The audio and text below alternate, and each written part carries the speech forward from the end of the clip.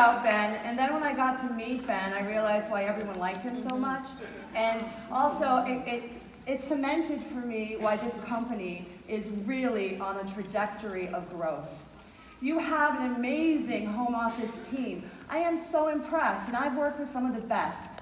And these people, these folks who really care about you, are giving you their all. So I'm excited to be here. My name is LeeAnne Ruff, and I help people feel 100% enough in their business and in their personal life.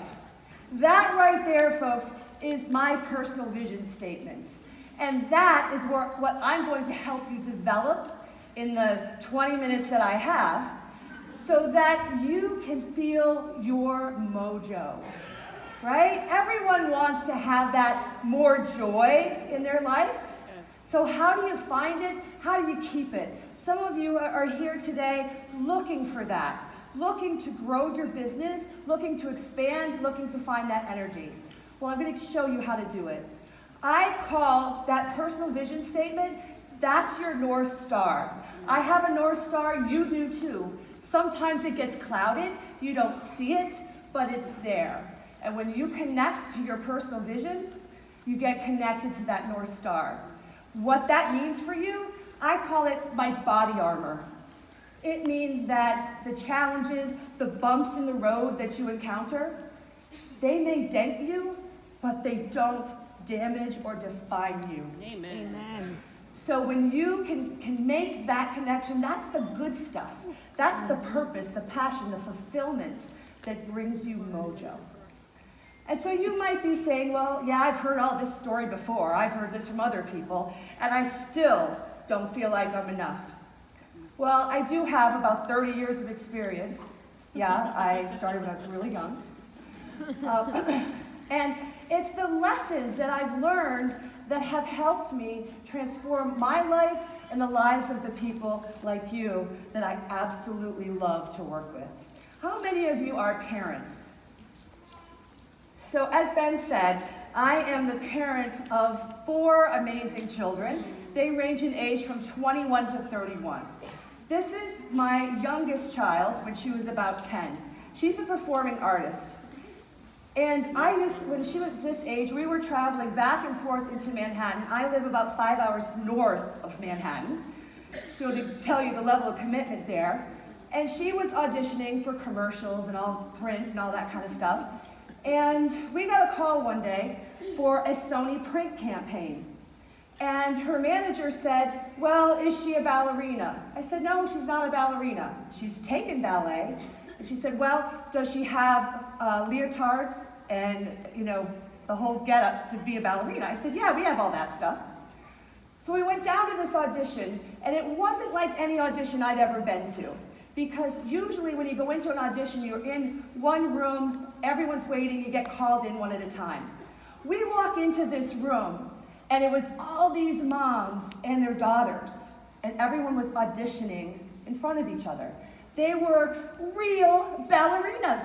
The hair glued back to their heads. They had going over to the casting director, handing a CD and doing a routine. I looked at my daughter, who I hadn't even changed out of her school clothes. I said, oh, there's been a big mistake. This is not for you. There's a mistake. So I said, let's go, I'm gonna call your manager. We go outside, I call her manager, and she says, no, it is print. It's just a look they're looking for. Like, I'm telling you, these girls are serious ballerinas, and so are their moms. It is not for my little Julia. And she said, well, hang tight, let me call the agent. So I said, all right, I'll go back in, and maybe I'm having a brain cramp. Maybe I'm seeing this wrong. I go back in, and I am so convinced this is not for Julia. So I go back outside, the manager calls me and says, nope, confirmed. This is a print job. It's a look that they're looking for. But do whatever you want. If it doesn't feel good, don't stay. So I said to Julia, we're not staying. This doesn't feel good. This doesn't feel good for Mom. We are not doing this. And she looked at me, I want to do it. I was like, no, you don't. You really don't. She's like, no, Mom, we came all this way. I want to do it. Like, okay. So I change her into her ballerina. You see her hair. How do you get that in a tight bun? You don't. So I sign her in, and then we're waiting for her to be called. And I see that she's about to be called, and this is not my finest parenting moment. I said, I'm gonna wait outside. When you're done, just come on out. I was terrified. I did not want to see my 10-year-old be humiliated in front of all of these moms, their daughters. I couldn't bear the thought of that in my brain. So I stepped outside. A minute later, she comes bounding out. She's like, okay, I'm done, I'm ready. Like, what did you do? She says, well, I did a little bit of this, I did a little bit of that, and I did a little twirl, and they said, thank you very much. She said, you know what, Mom? I may not be a ballerina, but I can act like one. That, right there, with the 10-year-old girl, is the power of having a vision. I never doubted her ever again. My husband and I supported her in everything she wanted because she claimed who she was. She had the moxie, she had the mojo. You can do that too. How many of you had that as a 10-year-old? And then life hit you.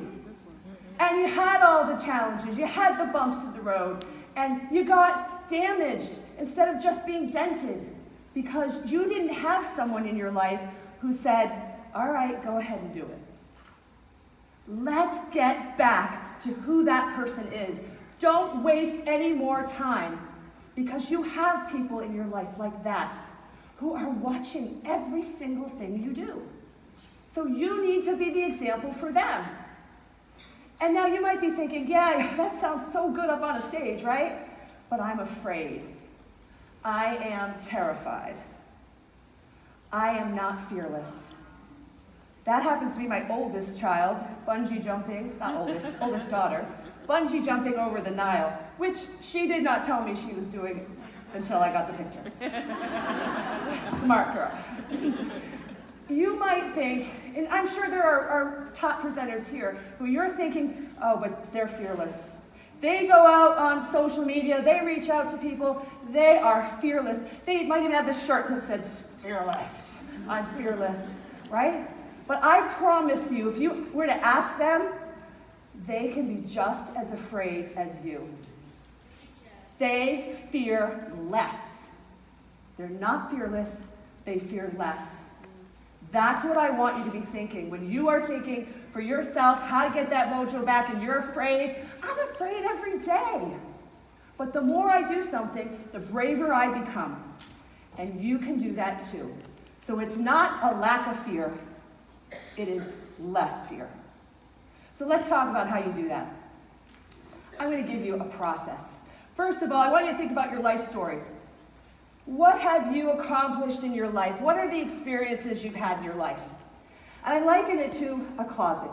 We all have things in our closet that don't fit. They're not comfortable. But you keep them in your closet because you think, oh, maybe someday that will look better on me. Maybe those shoes will be comfortable someday. It's the same thing in your life. You have experiences in your life that have brought you great joy. And you have experiences in your life that have brought you great pain. What are you bringing forward? Why are you carrying all the baggage, all the clothing that doesn't fit? Why bring that when it doesn't bring you joy? So the first thing you need to do is go back and look at your life and look at those experiences.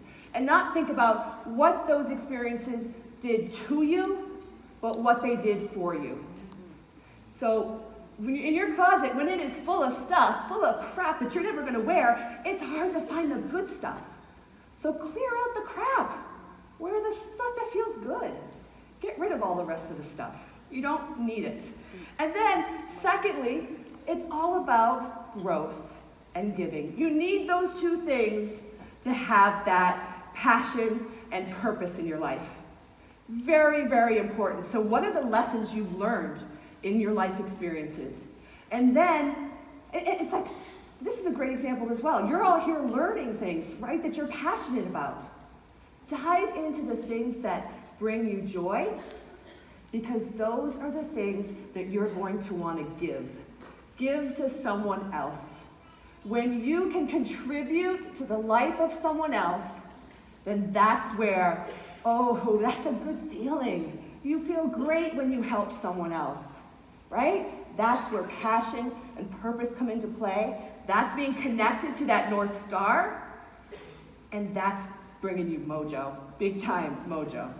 But you might think, okay, I have my story, I know what I love to learn, I know who I want to give it to, but oh my gosh, I am not one of these people. I need a big mission. I need to really impact the world. We are bombarded every day with memes and hashtags, boss babe this, hustle that, big goals, all that. Since when did we feel that we weren't enough when all we want to do is help that kid sitting across the table from us at breakfast? Since when is that not a big goal? I want to dial it back and think about all the little things that you can impact and make them micro missions. Because when you string all those micro missions together, you've lived an epic life. You have changed lives. But when you think big and you think about some of these rock stars, you feel like a failure. Like you really can't make an impact. I want to tell you, yes, you can. You can create your own story. You want to sit down and think about your own story. And I want to share a story with you. This is a very good friend of mine. And if you look at her from the outside, you would think, oh my gosh, she's got a great life. She has a great career. She has a wonderful family. Everything looks great in her world. And you might be a little jealous. But she came to me and she said, I am really struggling. I need some help. I'm not sure what my purpose is. I don't know where my mojo has gone. And the reason she felt that way is because she's an adoptee. And it was not one of those Oprah moment adoption stories. It was a tragic story. It was a tragic story of rejection and betrayal and false hope. And her birth mother was dying. She was in hospice, and she got a sliver of hope when one of her half-siblings said, would you be willing to talk to her before she dies? And she was like, yeah, I would love that closure. But the next day she passed away. So she never got that, and that was really hurtful. And then within a year, her amazing mother was diagnosed with stage 4 lung cancer. And so she put her life on halt for 6 months, and she went and took care of her mother and her father until her mom passed away. So she comes to me and she says, okay, I am devastated. I am broken. I have lost 2 mothers. The most amazing mother to me is now gone. I don't know where I fit anymore. I don't know how I can help. I don't know where I am. I said, okay, let's go through this process. Let's think about your story. Now, your birth mother, we could analyze that, but you know what? We're not going to get anywhere with it. We're not going to have any answers. But what we could do is we could look at that situation as not what it did to you, but what it did for you. If that hadn't happened, you never would have been raised by this amazing woman. You never would have been the person that helped her in the most desperate days of her life. That wouldn't have happened. It wouldn't have existed. And let's look back too, with that experience that you went through with your birth mother, didn't that build your strength and your courage? And she acknowledged that. She said, yeah, I came through that and I learned so much. I learned so much about the process of death. I learned so much about who I am as a person. And so I said, okay, what did you love to learn? When you were going through that, what did you gain from that? And so she thought about it, and she thought, well, yeah, I learned a lot that I could help other people and inspire them. She said, but, you know, what do I do with that? I can't start a nonprofit. You know, I don't have that much control and that much power. So I said to her, what if What if you took those experiences, the things you got out of this experience that happened for you, what if you did social media? What if you did posts for other women going through this? What if you posted on Facebook and Instagram? What if you wrote a blog and helped people that way? The small things, the micro missions, those things that can really make an impact. And it was like a light bulb came on. She had hope again.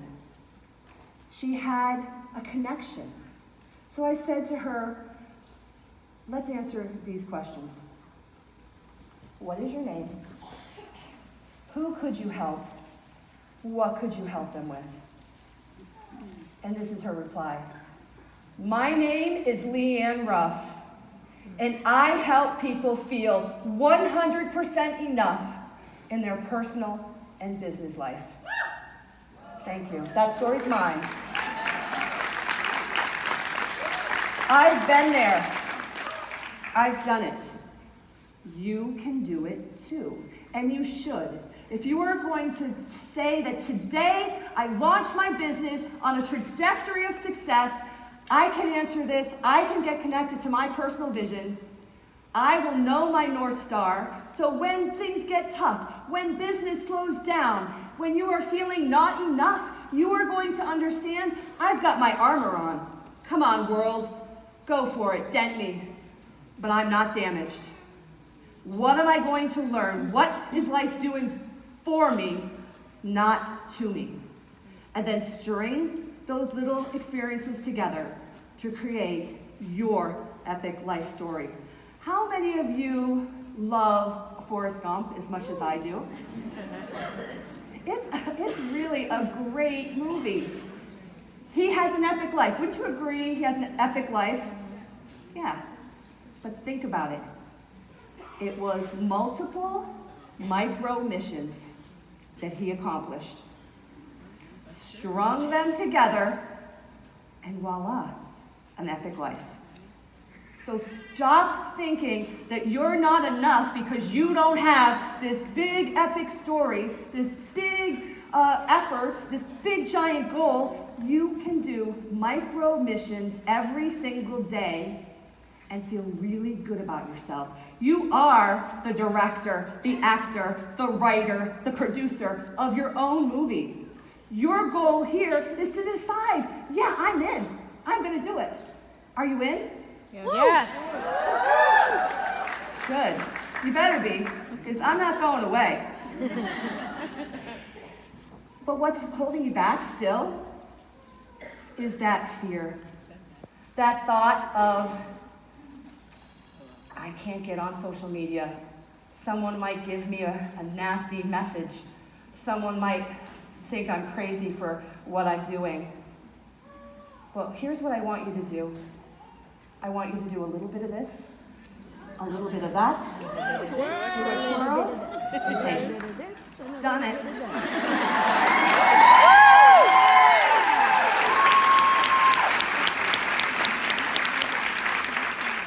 Find that child that wasn't afraid, that didn't care what everyone said or looked at you a funny way. Find that person. I'm going to leave you with the message I always leave people with, and it is, it doesn't matter how you came into this world. It matters how you leave it. So, thank you so much. Looking forward to working